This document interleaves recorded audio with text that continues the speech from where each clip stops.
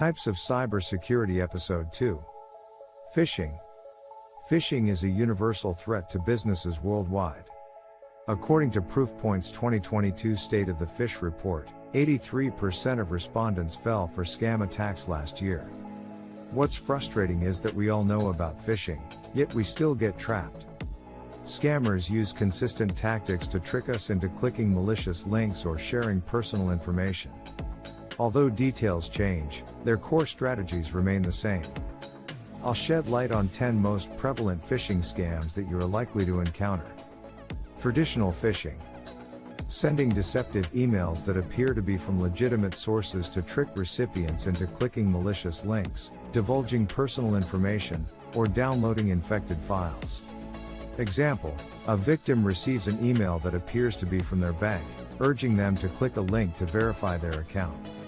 The link leads to a fake website designed to steal their login credentials. 2. Spear phishing. Highly targeted attacks where cybercriminals customize their phishing attempts to a specific individual or organization. Attackers gather information to make the emails appear more convincing. Example: an employee receives an email that seems to be from their company's IT department, asking them to reset their email password due to a security breach. The email addresses the employee by name and includes accurate company details. 3. Whaling attacks. A form of spear phishing that focuses on high-profile individuals, such as executives or CEOs. Attackers use personalized and convincing messages to trick these targets into disclosing sensitive information. Example: a CEO receives an email from an attacker impersonating a top investor, requesting sensitive financial information for an urgent business deal. The email uses convincing language and references actual financial reports. 4. Phishing attacks. Voice phishing, where attackers make phone calls impersonating legitimate entities, often using social engineering tactics to manipulate victims into revealing sensitive information over the phone.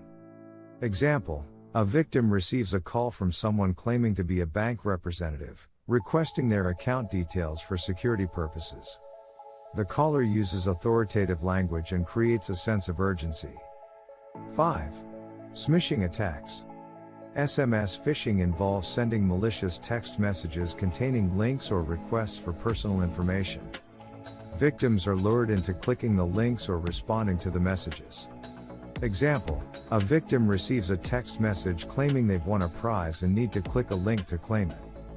The link leads to a fraudulent website that tries to gather personal information. 6. Pharming attacks. Manipulating the DNS, domain name system, to redirect users from legitimate websites to fraudulent ones, often leading to disclosure of sensitive information. Example: a victim types the URL of their bank's website into the browser, but due to a pharming attack, they're redirected to a malicious site that looks identical. The victim unknowingly enters their login details, which are then stolen. 7. Clone phishing. Attackers duplicate legitimate emails, modify them to include malicious content or links, and then resend them to targets, making them appear genuine.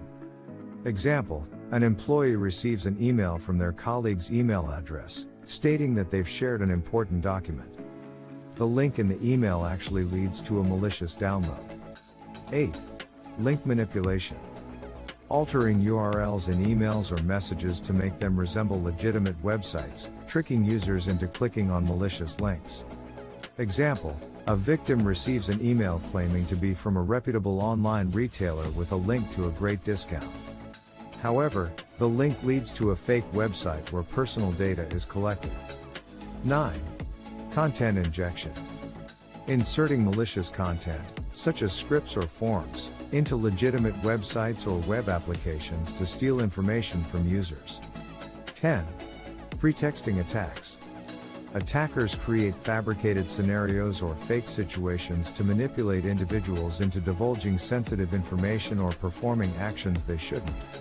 Example: an attacker poses as a coworker and calls an employee, claiming they need their login credentials to access a shared document. The employee, thinking they're helping a colleague, shares their information. Solution: Your employees are your last line of defense.